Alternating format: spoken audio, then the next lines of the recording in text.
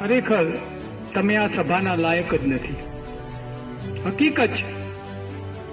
શું પડી છે આ લોકોને કે તમારી દીકરીઓ બચાવવા માટે તમારું સ્મશાન બજારમાં ના ખોરવાઈ જાય એના માટે આ મહેનત કરે છે ને આપણે અહીંયાથી એક આંગળી પકડીને દીકરીને નથી લાવી શકતા. કોઈ ફરક નહીં પડે, મારે કોઈને આમાંથી વેવાઈ નથી કરવાના.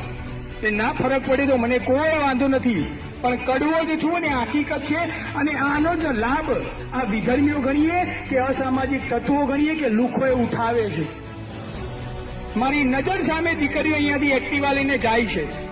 કદાચ અહીંયા બેઠેલા લોકોને આટલી વાત સમજાય છે, અહીંથી થોડી દૂર પણ આ વાત જાય છે અને એમને સમજાય છે કે મારા દીકરીઓ માટે વાત કરવા આવે છે.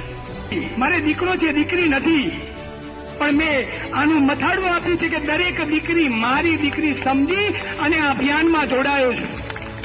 ઘરના તાળાની ચાવી લોક મારીને આવું છું. મારું ઘર છેલ્લે વગડામાં છે. છેલ્લે વાઈફનો ફોન આવું છું કે 12 વાગે પહેલા આવું છું, બીક લાગે છે. પણ હું એમ કહું છું કે મારો સમાજ જે દીકરી ભાગી જાય એના સમાજના ડર છે ને એ પહેલે મારે દૂર કરવા માટે મારે રાત્રે 1 વાગશે પણ વાગશે તો તું સૂઈ જજે. હું કોના માટે આવું છું? આ બધા કોના માટે આવે છે? શું તમારી નૈતિક જવાબદારી નથી? આ સોસાયટીના એક સમાજના આગેવાન તરીકે તમારી જવાબદારી નથી કે દરેકને કમ્પલસરી કરીએ? ગણપતિ મહોત્સવ ઉજવો છો, અહીંયા ઉજવો છો ને, નાસ્તા કરશો બંધ કરી દો. જો ખરેખર તમારે સમાજને સુધારવા હોય ને તો બંધ કરી દો. આ તમને એવું છે કે 1 કરોડના 1.5 કરોડના બંગલામાં બેસીએ છીએ, આપણને શું ફરક પડે છે? એ લોકો એવા લોકો શોધે છે કે જે 1.5, 2 કરોડ 5 કરોડના બંગલામાં રહે છે. બાકી બતાવો કે દેલા વસાહતમાં રહેતા અને ઝૂંપડપટ્ટીમાં કામ કરતી દીકરીના કોઈ ભાગી ગયા હોય કે પ્રેમ લગ્ન થયા હોય તો એમના ટાર્ગેટ પણ તમારી જેવી સોસાયટીઓ જ છે. અને એટલા માટે સભા કરીએ છીએ અને દુઃખ થાય છે કે સાલું આટલો પરિવાર છોડી ધંધો છોડી અને આ લોકો મહેનત કરે છે ને આ એક ટ્રસ્ટી નથી લેતા અહીંયા લાવવાની. તમને ના કહી દઉં, કદાચ સમય વધે ને તો એકવાર જજો. મહેસાણામાં 34-35 આ ગેસ્ટ હાઉસ ચાલે છે. એના અહીંયા ગેસ્ટ હાઉસનું બોર્ડ હોય ને ત્યાં 1 કિલોમીટર દૂર ઉભા રહેજો. તમારી દીકરીઓના એક્ટિવાની ડેકીમાં 1 ઝૂંકડી કપડા એક્સ્ટ્રા હોય છે. ના હોય તો કહી દઉં તમને, હું સાક્ષી છું. ઘરેથી કયા કપડા પહેરીને જાય છે, બજારમાં કયા બેનપણીના ઘરે કપડા બદલે છે, આખો દિવસ ફરે છે, ફરીથી બેનપણીના ઘરે જાય છે અને તમે આપેલા કપડા પહેરીને ઘરે આવે છે. આ હકીકત છે આ સમાજની. આ યાદ રાખજો. તમારા સોનાના ઘરેણાઓ એ તમારી તિજોરીમાં પડ્યા છે, તમારા લોકરમાં પડ્યા છે. વિનંતી કરું છું, ગમે તેવી દીકરી હોય એની એલસી, એનું આધાર કાર્ડ અને એનો જન્મનો દાખલો, આ 3 વસ્તુ લોકરમાં મૂકો. બાકી દાગીના સોફા ઉપર મૂકી દો. આ ભાઈઓની તાકાત છે, ફરીથી કમી લેશે, પણ એ દીકરી ભાગી જશે ને તો સમાજની આ 5 કરોડનો બંગલો છે ને એ ઝૂંપડી દેખાશે. અને આવા કેસો જોયેલા છે, કેસો લીધેલા છે. આ બધા જેલમાં ગયા છે, કોના માટે ગયા છે? મારા ઉપર કેસ ચાલે છે, કોના માટે ચાલે છે? મારા માટે. એકય કેસ મારા પરિવાર માટે નથી. સમાજની દીકરી, સમાજને કે અન્યાય થયો હોય ને એના માટે છે. જે પણ અહીંયા આયોજન કરે છે ને, ગણપતિ નવરાત્રીનું આયોજન, 1 દિવસ એનું સેશન રાખો. અહીંયા બધા બેઠેલા છે, અમારી જરૂર નથી. તમારે બોલી શકો છો દીકરીઓ વિશે, નથી બોલી શકતા. કોઈ મા બાપ ખરાબ નથી, કોઈ દીકરી ખરાબ નથી. તમે માનો કે તમે આજે કોઈ સત્સંગની વ્યક્તિ જોડે બેસશો ને તો 1 મહિનો, 2 મહિનો, 3 મહિનો પછી એ સત્સંગમાં જોઈન થઈ જશો. તમે કોઈ ચોર જોડે બેસશો ને તમને વિચારો ચોર જેવા આવશે. તમે એક રાજકારણ જોડે બેસશો ને તો તમારા વિચારો રાજકારણ થઈ જશે કે હું પણ નગરપાલિકામાં ચૂંટણી લડું. અને તમારી દીકરી કોની જોડે બેસે છે? આમાંથી કેટલા મા બાપ એમ માને છે કે મારી દીકરીના મોબાઈલનો પાસવર્ડ મને ખબર છે?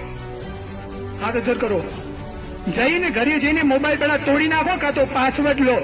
અને આવી તાકાત ના હોય ને તો દીકરી જન્મવા માટે તમે લાયક નથી. અમારા શબ્દો કડક છે પણ કડવા છે તો સાચા છે. તમારી દીકરીનો પાસવર્ડ મોબાઈલનો કેમ ખબર ના હોય? મારે દીકરો છે 11 વર્ષનો, જોઈ લો મારા મોબાઈલમાં. એની યુટ્યુબની લિંક અને મારા યુટ્યુબની લિંક સેમ છે. એ યુટ્યુબમાં નાનો કાર્ટૂનનો વિડીયો જોયે ને તો પણ મને બતાવે કે એને શું જોયું છે. દીકરો છે તો પણ હું ચિંતા કરું છું. કારણ કે જોતો તો નથી ને કે ડ્રગ્સ શું છે, દારૂ શું છે, દારૂની પાર્ટીઓ શું છે, એ તો નથી જોતો ને. યુટ્યુબમાં સેમ છે મારીની વાઈફમાં. તમારી દીકરીના પાસવર્ડ તમને ખબર નથી. ના પાડી દો, મોબાઈલ નહીં મળે. અહીંયા જેટલા બેઠા છે એમના 5 મોબાઈલ છે, એના કરતા દીકરીનો મોબાઈલ મોંઘો હશે. આટલી તો ચિંતા તમે દીકરીની કરો છો. ના કરો, ભલે દીકરીને જે માનવું હોય માને. તમે નાના હતા ને ત્યારે દવા પીતા હતા. શું કરતા હતા? ના પીવો એટલે નાક બંધ કરીને દવા પીવડાવતા હતા. એની માને ખબર હતી કે આ જો દવા નહીં પીવડાવું તો આ બીમાર પડશે, મરી જશે, એટલે એને દવા પીવડાવવી પડે. તો આપણી દીકરીને સમજ નથી. એ વખતે નાની હતી ત્યારે પીવડાવતા હતા ને.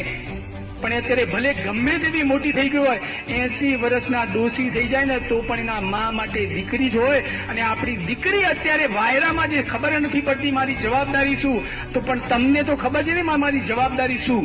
એને દવા તમારે પીવડાવવી પડશે, સમાજને જે કેવું હોય કે.